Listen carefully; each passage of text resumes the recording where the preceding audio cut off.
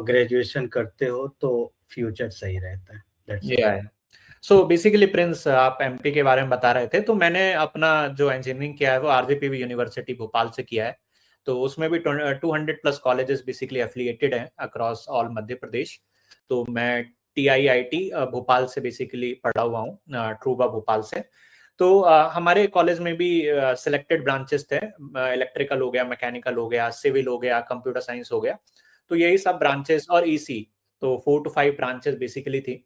तो it depend upon the scope also, like nowadays as you see that computer science के अंदर भी बहुत सारी ब्रांचेस आ गई हैं, इवेल्युएट हो गई हैं। तो आजकल हर कॉलेजेस ने वो ब्रांच निकाल दिया है। फॉर एग्जांपल डेटा साइंस, तो 4 साल उनका करिकुलम ही डेटा साइंस का होता है। AIML 4 साल उनका करिकुलम AIML पे होता है। क्लाउड एंड डेवऑप्स उनका 4 साल curriculum he cloud and DevOps पे आता है। तो ये बहुत अच्छी चीज है कि उन्होंने अपने आप को इवेल्युएट किया as per the market standard, और उसी में ही अगर वो लोग बच्चे को पढ़ाएंगे तो डेफिनेटली काफी अच्छा फ्यूचर होगा। बट या कोर ब्रांचेस जो हैं वो एवरग्रीन ब्रांचेस हैं। आज भी गवर्नमेंट डिपार्टमेंट में कोर ब्रांचेस के लोगों की जरूरत है। ठीक है, तो ऐसा बिल्कुल मत सोचो कि अगर आप लोग आईटी में आओगे, ठीक है, या इन सब ब्रांचेस को लोगे तभी आपका फ्यूचर अच्छा होगा, ऐसा बिल्कुल भी नहीं है। हर ब्रांच जो है उसका एक इंपॉर्टेंस है। ठीक है, और हर ब्रांच की जरूरत है हमारी कंट्री को, हमारे वर्ल्ड को।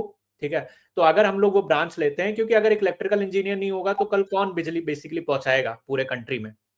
ठीक है, और अगर एक सिविल इंजीनियर नहीं होगा तो कौन बेसिकली ब्रिज बनाएगा, कौन बेसिकली इंफ्रा डेवलप करेगा कंट्री का। ठीक है, अगर एक ईसी इंजीनियर नहीं होगा तो कैसे हमारे मोबाइल फोन्स बेसिकली डेवलप होंगे, कम्युनिकेशन कैसे स्ट्रांग होगा, कैसे ग्लिच बेसिकली कम होगा। ठीक है, अगर एक मैकेनिकल इंजीनियर नहीं होगा तो कैसे हमारे पास नई नई कार में हम लोग कैसे डेवलपमेंट देख सकेंगे। ठीक है, तो हर ब्रांच का एक अलग इंपॉर्टेंस है। ठीक है, तो हम लोगों को उसके बेस पे ही उसको एवेल्युएट करना चाहिए, और डेफिनेटली उसके बाद हम whatever the guidance we are taking from our seniors, our parents, हमारे इंटरेस्ट के अकॉर्डिंग भी हम लोग को आगे जाना चाहिए। ठीक है, अब बात करते हैं कि फाइनल ईयर की। जब बच्चा फाइनल ईयर में जाता है तो बहुत सारी कंपनीज आना स्टार्ट हो जाती हैं। बट हम लोगों का ये डिस्कशन का ये पॉइंट आउट है कि डे वन से अगर हम लोग कॉलेज में जाते हैं तो डे वन से ही अगर हम लोग प्रिपरेशन स्टार्ट कर देते हैं, थोड़ी थोड़ी प्रिपरेशन, बिकॉज कॉलेज में हम लोग डेफिनेटली एवर हम लोग एक 360 डिग्री हम लोग सीखते हैं चीजों को। तो क्या क्या ऐसे पॉइंट्स, एक क्राइटेरिया अगर आप राजदीप बताना चाहें कि बच्चा थोड़ा थोड़ा थोड़ा सीखना स्टार्ट कर दे कॉलेज में।